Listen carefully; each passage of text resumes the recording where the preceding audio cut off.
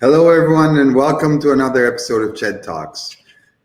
Man, it's such an exciting time to be here tonight, and I just wanted to say that I hope everyone's enjoying that beautiful weather outside.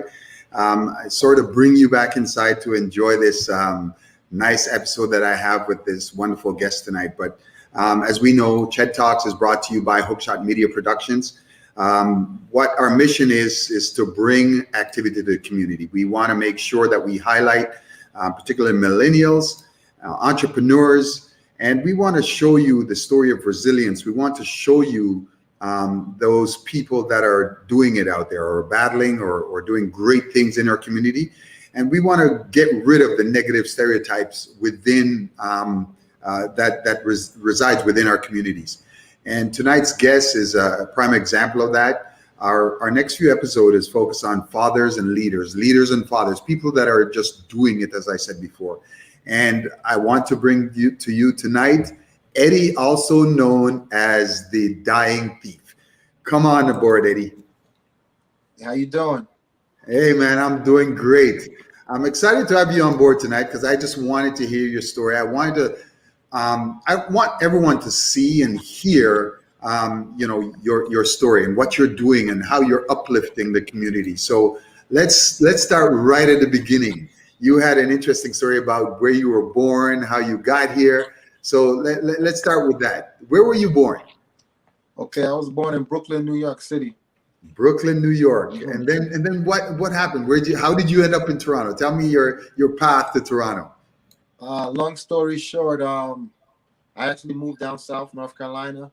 Then I made my way up here. My wife is from Canada, so we came to Canada. Oh, okay. In Toronto. Yeah.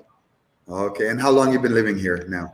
Since 2012, so almost 10 years.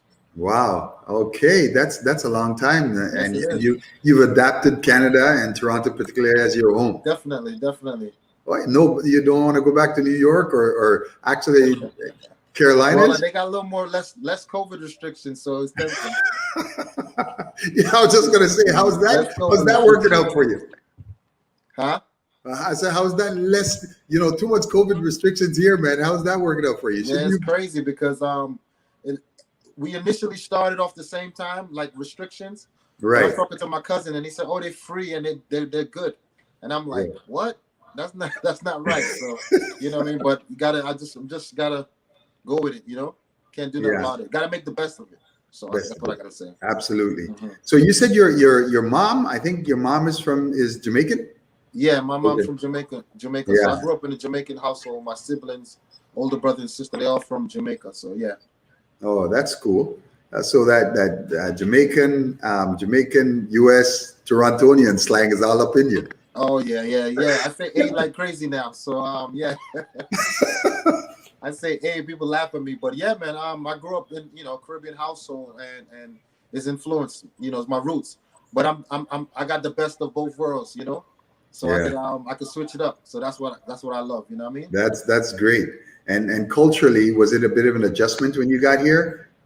No, because here is like almost similar to New York. Same thing. Everywhere you go, Caribbean people. The food is here as well. So it's pretty much similar, very similar. Right. Okay. Cool.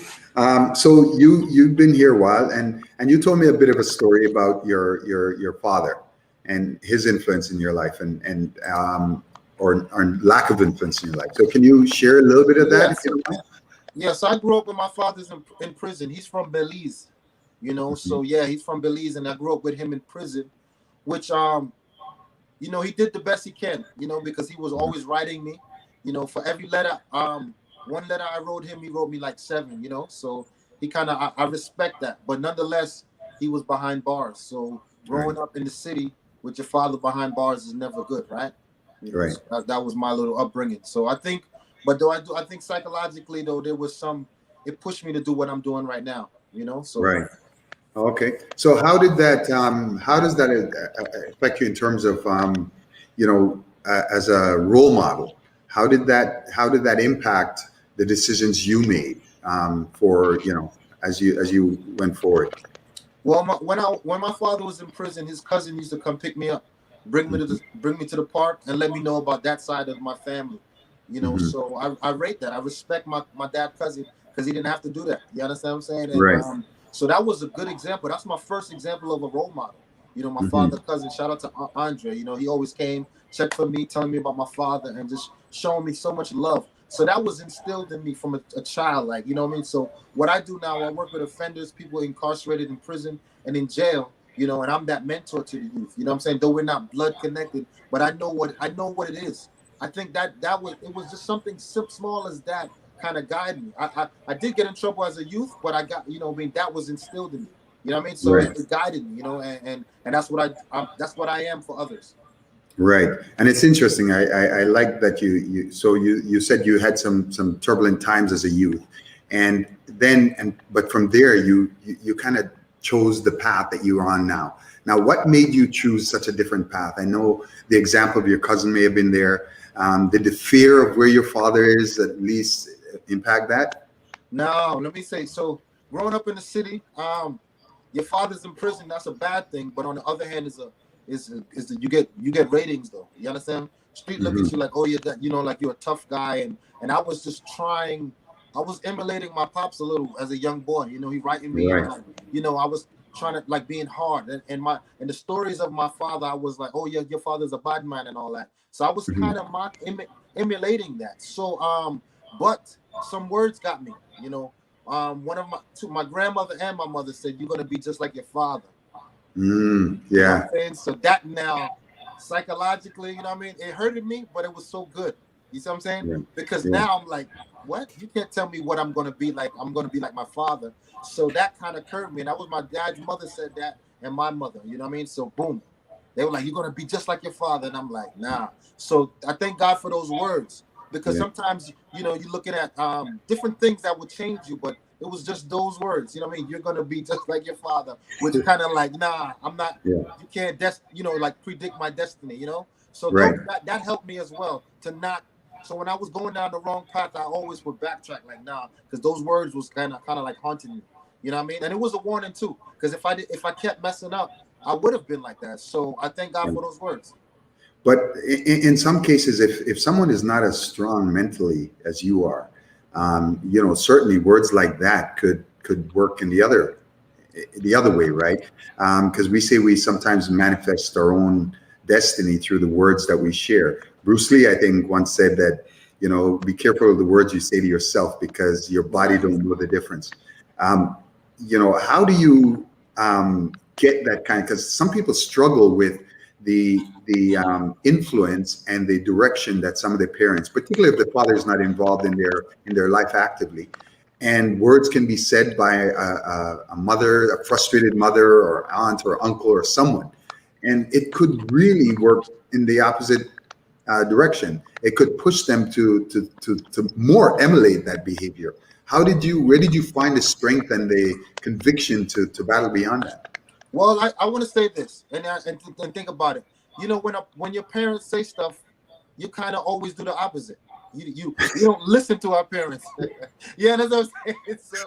So like maybe if she said something else, I probably don't. Let it go. Like, you know what I'm saying. So we don't listen to our parents. So when she's like, "You're gonna be like your father," I'm like, "No, I'm not." You know what I mean? That little Yeah, resistance, that little stubbornness worked in my favor. For some, it doesn't, but it's just life. We're faced with hardship. Either you Right. fight or flight. You understand what I'm saying? Right. And those weren't my words. So I do know what Bruce Lee was saying, and you put those words out, speak it into existence. But that I have to say that. You understand what I'm saying? Right. So Yeah, yeah. I didn't say that. So pretty much Oh, that's that's good, man. So that is awesome, and I mean that is a prime example of what can be shared with these young guys nowadays, and because obviously we see that there's some turbulent scenarios out there, and the narrative has been forged on programs on TV and the media, and it takes people with courage like yourself who's going to go out there and say, look, there's another side. I commend you for that. So tell me now. So okay, you come to Toronto. You're living here with your family. Do you have kids? you have a son, You have a son. How old is your son? 21. 21. Oh man. Everybody gets shocked when I say that. Yeah, big man, big son. Yeah, it's a big man. And so how do you influence his life? If he's going to listen the opposite to what you say. So guess what happened? I don't say. Let me tell you. So guess what happened? My son is actually, he's in Jamaica right now, but Right. when he was here, he was actually following my footsteps. And I looked at his mother and said, "You see that? Look at the boy," because he looked like he was going the opposite direction. But I mean, I didn't tell him to do what I do. I wouldn't even tell him to do that. You see what I'm saying? I don't want him to, But my son got his first good job was working at a community center, and he's telling my mother, like his mother, "Mom, I'm doing what Daddy do." You understand what I'm saying? Yeah. So I mean, I was so proud of that. You know what I mean? And he's going to school for something like what I'm doing actually as well. So, but I didn't say it. I gave him the choice to choose what he wanted to do in life. But I always encourage him that he could be anything. So I never put out the bad things, but I just said, but I didn't determine what his life is going to be. Like, son, Right. you could do what you want. You're blessed. You're powerful. I'm about empowering. And because I never had that, I always try to breathe empowering words in my son's life, but not trying to dictate. You know what I'm saying? And certain things I don't want him to do, but I don't want to push too, because I know if I say don't do it, you know what I mean? Yeah. Yeah, it is a bit of a thin, a very thin line that we have to walk, especially with dealing with some of the young guys. Because you're right. On one hand, they wanna be with the crowd. They want to move like the popular culture. But at the same time, as influencers, we should always be involved in their life to kind of give them the right direction. So, and I want to get to your what you do, Hope, a little bit further down, but I want to talk a little bit more about the kind of work you were doing before that. So what did you start doing after, like, the work that you were doing? Okay, so in the city I did a lot of things: carpentry, plumbing, cable. I did cable for a number of years, but I moved down south. I talked about me going down south when I was younger, but I went back to New York when I got older. When I finished high school, came back to New York. But I moved back down south. A lot of my family left New York. This is my Jamaican side of my family. Everybody migrated to North Carolina, so my family was everyone was there. So I went back to North Carolina, and there was no jobs. So my wife was telling me about a job to work at the jail. Right. And I was like, no way, I would never work at the jail. And she was like, well, they paid this. I said, oh, nothing wrong, you know what I'm saying? So I got into like corrections, you know what I mean? And as I was there, I'm always trying to grow and build. So when I'm there was an opportunity for me to go to the academy, and I talked to my supervisor. I said, there's only 4 slots, and this place got over, hundreds of officers. I don't think I'll get it. He said, man, apply. And I applied and got it. I was selected. So I actually went to the academy, was sworn. I was a deputy sheriff. You know what I mean? So I became a law enforcement officer, and it was pretty strange because that wasn't nothing on my vision. You know what I mean? It wasn't before me. A lot of when I was younger, I've been harassed by police. I ran from police, and I wasn't a menace to society. A lot of racism was going on during them time. So I already had a bad taste for it. So it was just, I just say, God, I give thanks, you know what I mean? Because the experience for me, having that experience and where I'm at now, it was just a blessing to understand both sides. Right. And, I've spoken to people before who've gone that path, and you're right. It's gotta be taxing to try to figure out how do I let go of what's happened in the past? How do I let go of how I was treated and how they viewed me in terms of law enforcement? And then all of a sudden, you're going to be wearing the blue. Oh How do yeah. you? It was Yeah, a challenge because I and then a lot of people don't like you for that. You know what I mean? So it was too. right, Once I put on that uniform, in certain neighborhoods, I'm the enemy. Certain right, neighborhoods, I'm a hero. You understand what I'm saying? The same yeah, thing when I put on my civilian clothes, I'm an enemy of people. I'm a threat. They think I'm a steal it, break into their house, and then I'm just a regular guy. right. People. So it's just a crazy scenario. But Yeah.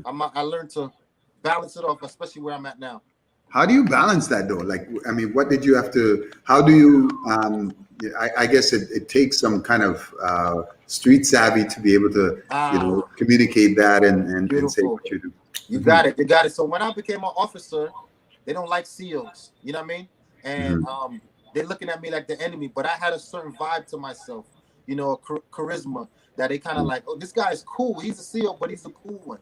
At Right. first though, it was crazy. Like, oh my goodness, I wanted to quit every day. Because I'm the black officer, and they gave me the worst. You know what I'm saying? Yeah. So Yeah. because they want favors, you know what I mean? Right. You hanging out with the Mexicans more. You know what I mean? It was just everything, and I'm like, yo, I'm Hmm. about to quit this place. But I hanged in there, and it turned around. Like they start when I came on the dorm, everybody yelling out, oh, like my name. It Right. became so crazy. So I was able to learn to connect. And once that little jail experience, I realized there is something here because now every day I'm spending 12 hours with these inmates, different charges, and I treat them like regular human beings. You know what I mean? Hmm. And I just have regular conversation and, oh, what you gonna do when you get out? And just positive, and it was just like we connected. So my street background helped me in a professional setting because I Yeah. kind of use that as leverage.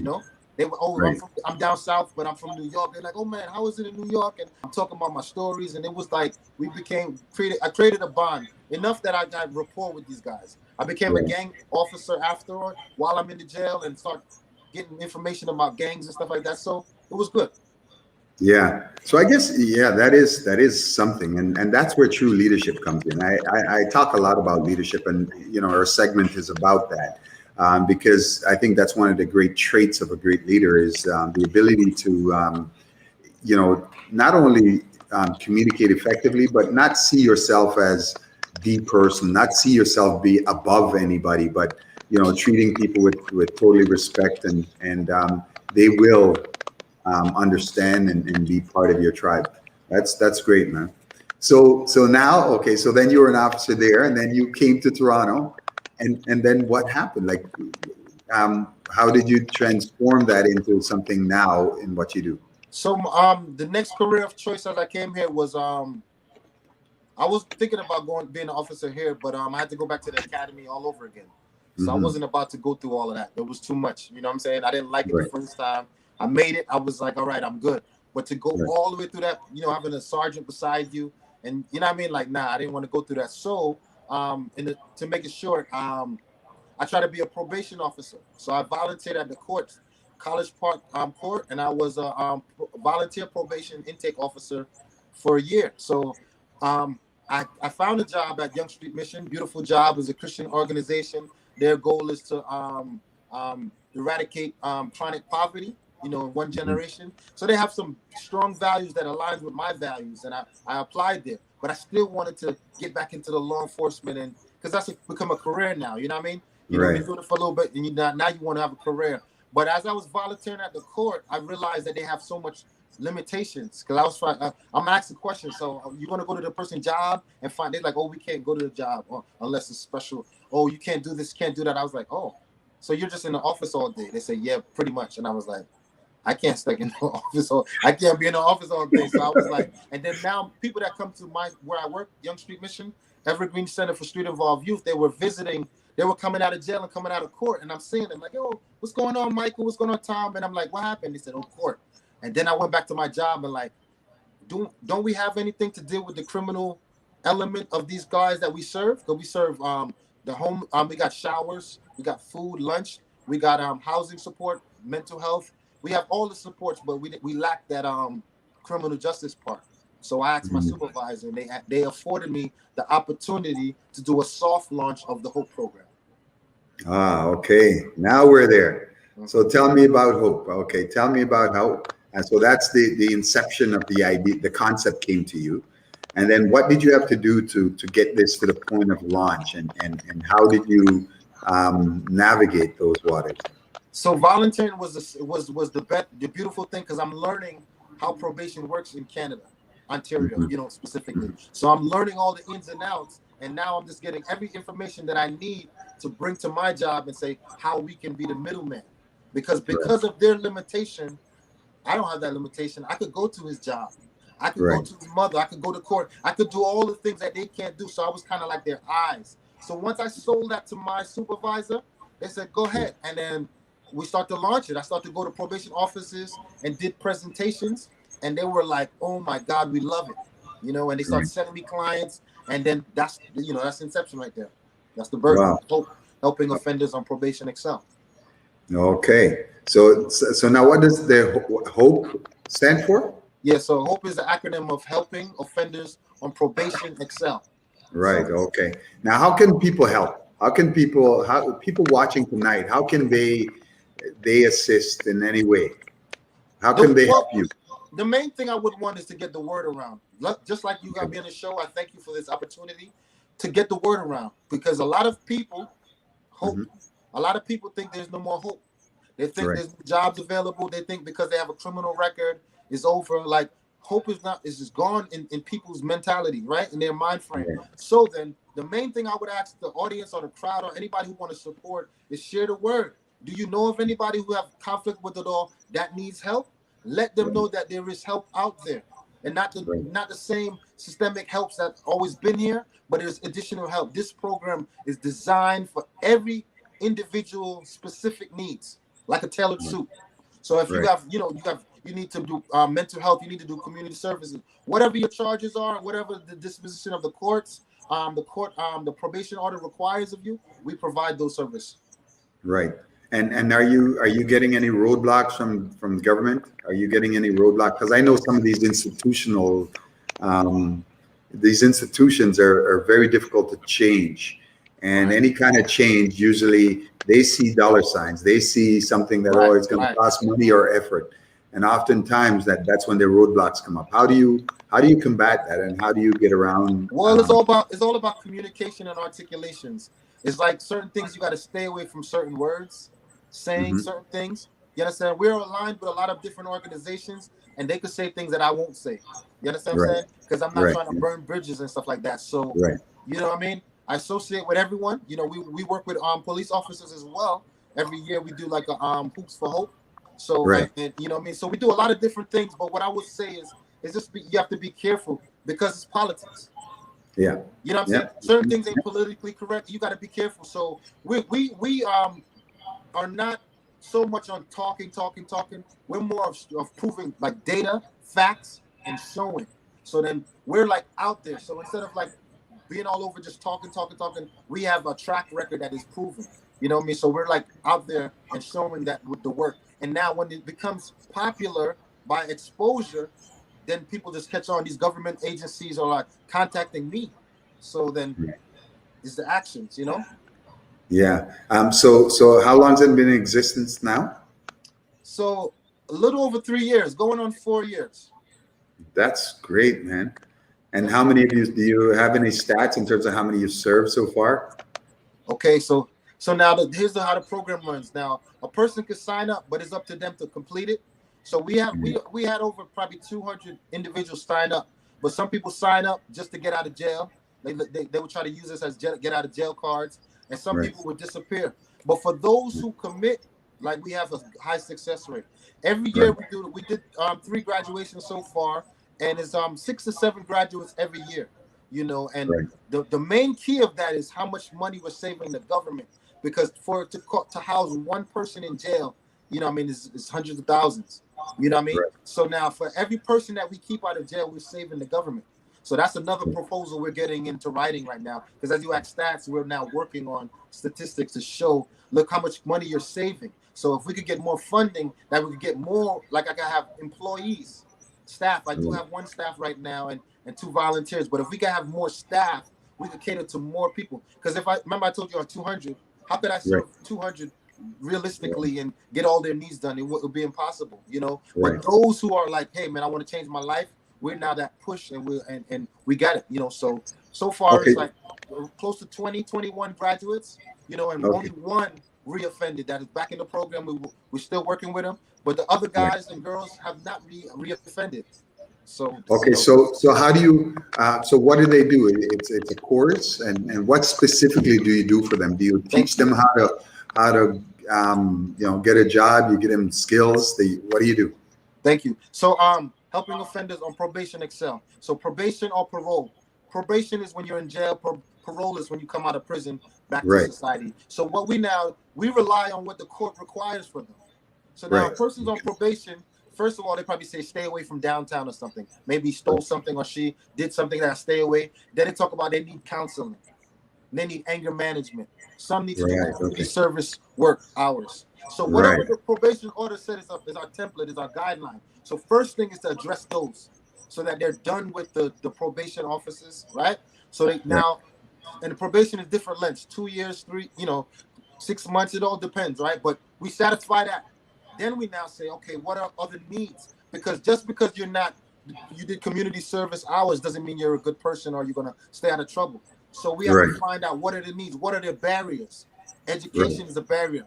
Right now, 2021 is our education year. So we have so many people signed up for GED and high school completion. So now, so these are barriers. Education. We need education. So we tackle education. We tackle employment. Employment is very hard because you have a record.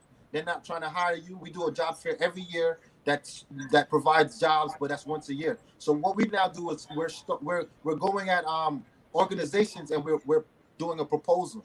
Like our guys need jobs, so can you give them? And those are in the working. So jobs, and housing, all the basic need, mental health. We have those things serviced for our clients, and these things make it better for them.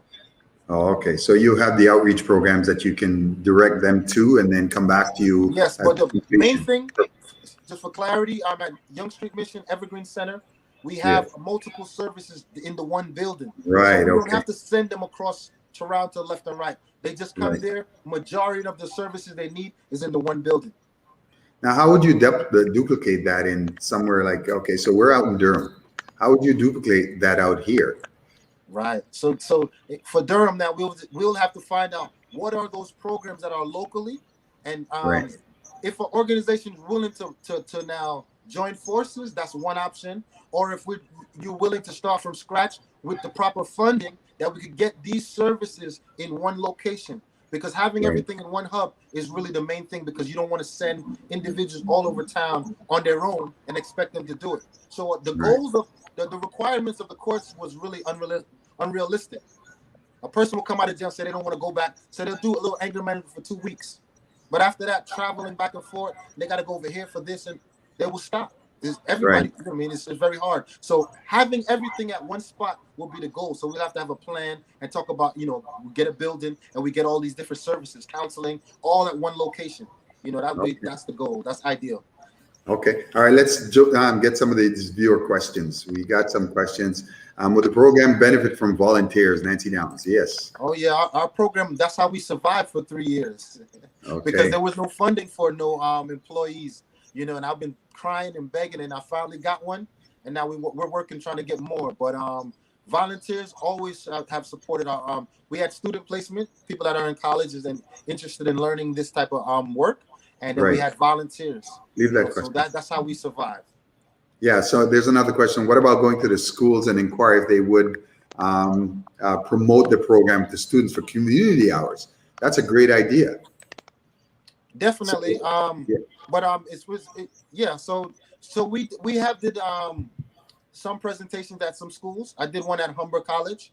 So that's definitely one of the platforms, because. But what about the high school for community hours? So our that's a good question. All right, our age group start from 16 and we go to 29. So we don't really 16. Well, you're juvenile, or what they don't call it juvenile here. They call it young offender in Canada. So we do start from 16, but it's really up to the those youth probation officers to kind of promote that part. But we can. I never really considered it, so that's a good idea, and I will take that into Mhm. consideration. Okay, it's a great question. Um, any other questions? No, no. Okay. So yeah, so now you're developing this program, and you're serving this community. You have, I guess, a flood of people coming in and out, and now inquiring your program. What's the next step for the program? What do you plan to do next with it? Thank you for you got some good questions. I appreciate it. All right, No. so the next step is to now get into jails. Okay. We're in the jails like visitation, but right now we're working on having like anger management done through video.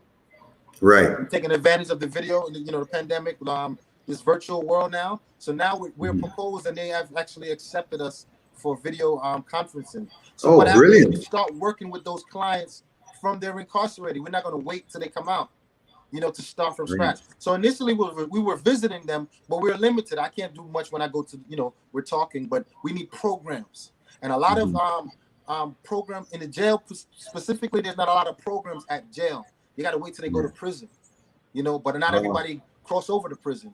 So what are you right. going to do? So now they're opening up to the ideas of having these services. So that's our next step, and we're very excited. I will share one with you briefly as I can. We got a thing called Mhm. detention class. So that means if a guy is getting in trouble, like say one of my guys are youth, he stole something and he's not doing jail time, but he's going through the court process. Now I say, Right. okay, you're going to detention class. And detention, you know what detention in school is, right? So Right. detention classes now, they who have runnings with the law, but they're not on the severity yet. We have now them talk to the guys from jail.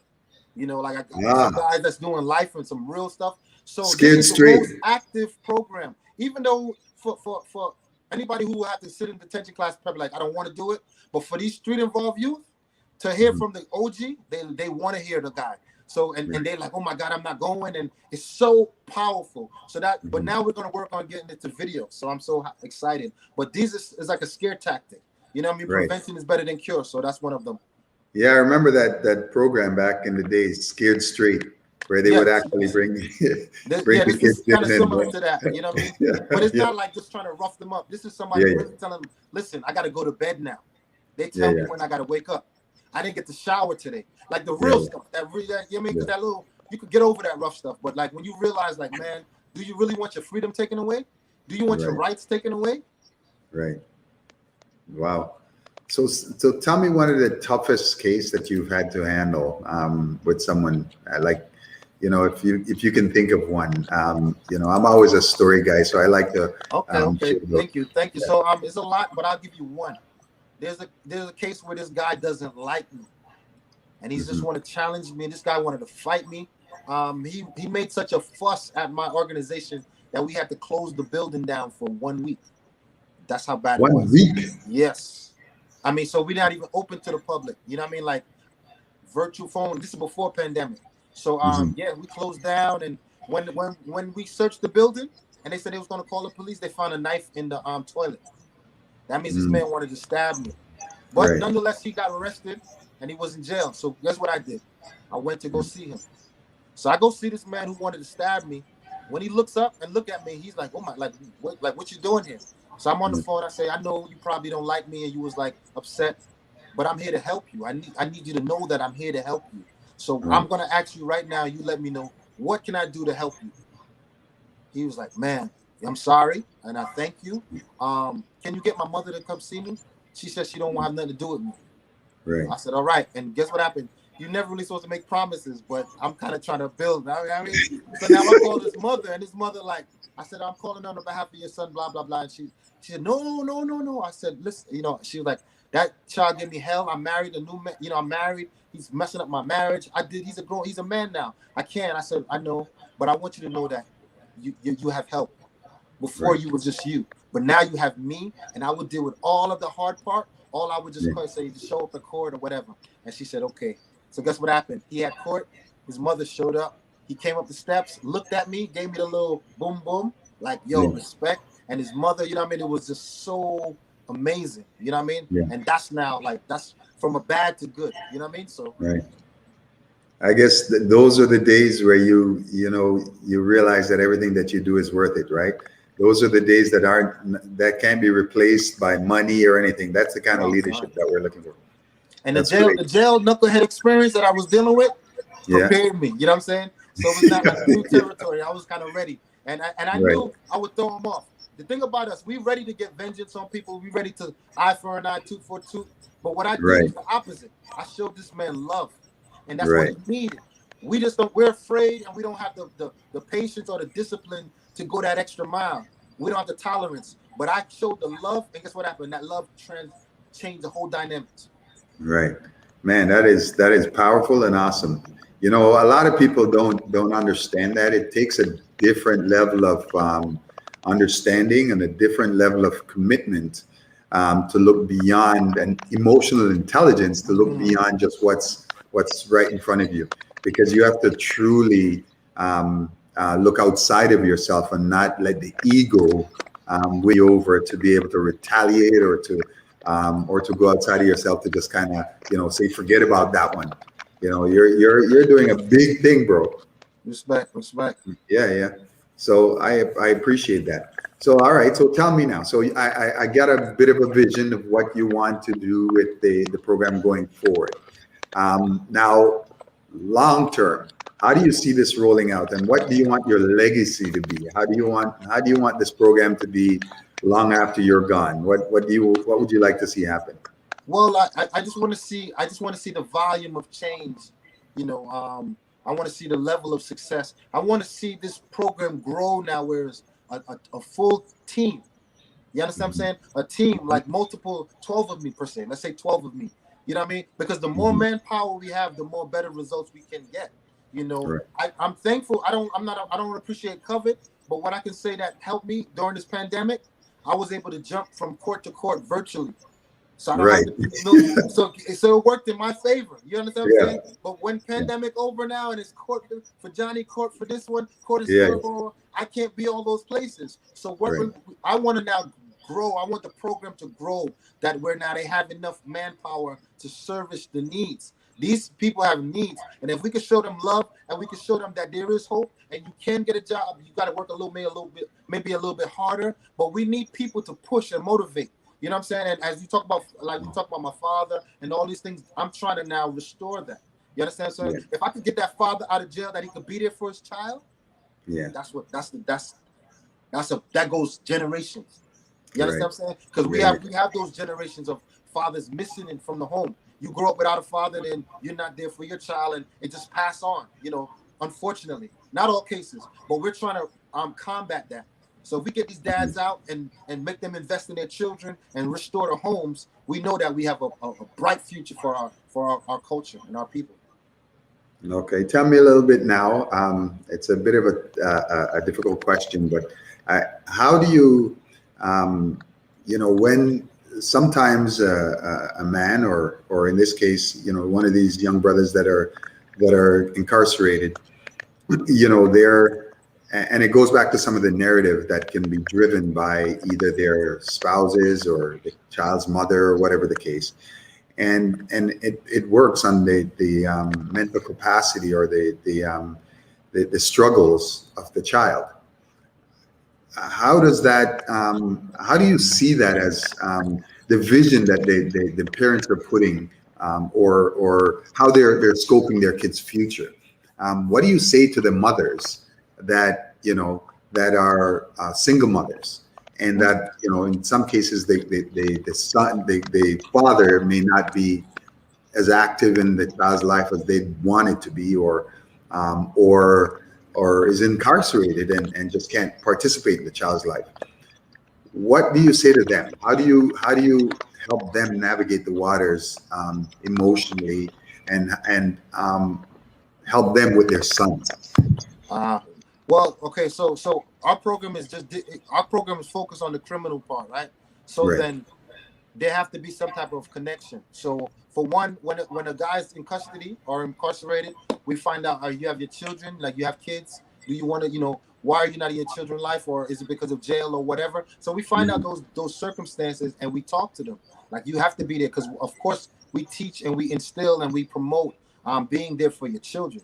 So here's the thing: a lot of females, there's resentment. Maybe a guy cheated on his girlfriend, and now she don't want him to see the son. So it's not because he didn't want to see the son. There's a lot of different layers. Sometimes it is, but sometimes. So we explore that. One a guy came to me, said, Eddie, I want to see my son, and my baby mother is not letting me. And I said, let me call her. He's like, what? Why you want to call my baby mother? I said, they're for you. What you mean? You know what I'm saying? Like, let me call her. He's like, it ain't gonna work. I said, I don't know, but we don't know unless we try. So he's like, all right, I'm gonna give you the number, but it ain't gonna work. So he gave me the number. I called her, and I say, my name's Eddie Martinez from the Hope Program, and blah blah blah. And I'm calling on behalf of her boyfriend, or ex baby father, blah blah. She's like, oh my God, no, he's a this and that. I said, man, you right. Tell me about it. She's like, yeah, he's a blah blah. And I said, yeah, yo, that man's crazy. I went with her. Yeah, you know what I'm saying? Because when the first time I started to talk, she was like ready to fight with me and say he can't see the sun. So I just said, like, what? So what's going on? He said he's a loser. I said, yes, that man's a loser. You know what I'm saying? And I went so hard, and guess what happened? But I said, that baby needed daddy though. Right. She said, you're right. However, if I should ever try to fight her or argue, then we should have hung up. It would have never worked. So the whole point is now I went with her and dogged him, and I was like, yo, call her. She has the number. She said, tomorrow, blah, blah, blah. He said, yo, how you do that? And he was so amazed. So it's all about now finding out the obstacle, what they are, and now having the communication. You know what I mean? We can restore that, because in the reality, a child needs their father. And a woman knows that in her heart. No matter how bad she hates the person, she knows that. So if we can bring some logic to it, some sense, we got to make it make sense. At the moment, he's just a loser. She ain't trying to hear that. But as I agreed, and showed where the child is, you can't do this to the child, though. You understand what I'm saying? Because you know how many childs grow up and say, my dad never loved me, but they don't even know that the dad tried to reach out. But that's not all across the boards, but I'm saying there's so many cases exist, and we're just blindsided, and we just thinking, oh, my dad never loved me. He never even tried. Those are the crazy part, and we now holding malices, which is not even accurate. So our goal is now to come in between that and find out the problem. We can't fix everything, but we can make a lot of things better with structure and plan. Yeah, fantastic. So that is a great strategy and great plan. So the question was more off of just from how would you do it personally, and you certainly answer that in the spades, because I think it's true and it's important as leaders, whether or not you're a father, it's just a friend. I think it's important for us to understand that it weighs on the mental health of those kids. Okay, you have an amazing ability to build a rapport with others. Keep up the good work. That's Nancy said. You're getting some love out here, bro. All right, Nancy. Thank you. Yeah. And again, she asked, how can someone volunteer? Yeah, so I think you'll give my Instagram and handles at the end, and you can hit me up on Instagram, and then we'll take it from there. Okay, there's a process, volunteer resources, etc. But I will just contact me on Instagram, and then we'll flush that out. All right, perfect. All right. So I noticed on your Instagram, I see you do a little bit more than just the typical help there. I see you rapping. I see you singing. You're singing some old tunes too. Yes, I'm an old soul. You're an old soul. I grew up in a like a reggae culture. You know what I mean? My mother used to sing reggae music. She cut records back in the day. So it's from my mother. Then my sister, my older sister, she sung reggae as well. She sung a song with Sean Paul, "I'm Still in Love with You." Big hit. I'm still in love. That's my sister. So I grew up in a musical house, so I can't escape that. Even so, when I was young, I didn't like those old time tunes, but I heard it so much, and now it's in me. So now I'm just singing it. You know what I mean? But it was instilled in me, it wasn't purpose. You know what I mean?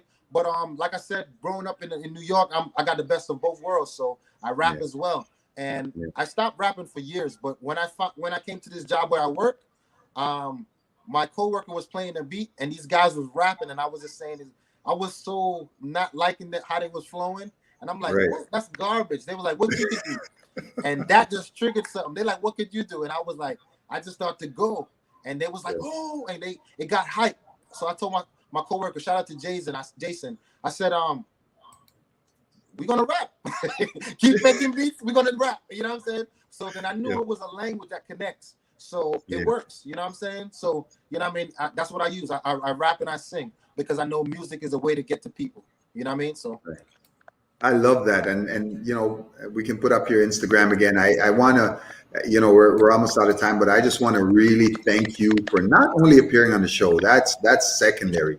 I want to thank you for the work that you're doing in the community. I want to thank you for your heart and your soul in which you are reaching out to these communities and reaching out to people and touching people one person at a time. That is huge. And I hope everyone that's watching here tonight and who watches my program can really connect and see that there's value in just one person starting taking a step. I think Nelson Mandela said, "Every journey begins but with one step," and that's huge. And I thank you so much for being the true leader and father in our community. Thank you for coming tonight. I appreciate you. Only thing I'll leave with this and say, all the Sure. community services, all the community agencies, we must work together. That's how we can do it. A full wraparound. So there's no one man. We got to work together, unify, and find out. What are the gaps, and let's fill it. Let's join forces. I thank you for this opportunity to share this platform and to share what I do, and we can join forces. We all can do something. Thank you. I appreciate you. Thank you. So thank you guys. Thank everyone for that piped in tonight and not only asked your questions, but to view this tremendous effort by this one individual. I think sometimes the program is about leaders and fathers over the next few weeks, and I'm so grateful to be able to address and to talk to some of these individuals that are doing great things. We often hear the negativity in the media. We often see the sensationalism of violence and of negativity with COVID and all the things that are going on. But people tend to overlook the people that are doing great things within our community, sometimes right under our nose, right in your own backyard. And I urge you, you don't have to be a head of a corporation to be a leader. You don't have to be the head of anything. You can just be a common person that demonstrates what leadership truly is. And that's by helping your community, helping a person next to you. Thank you so much for joining me tonight. And anything that you can do to help uplift your community, uplift one individual, is an effort to our community. Thank you and good night. See you next time on Ched Talks.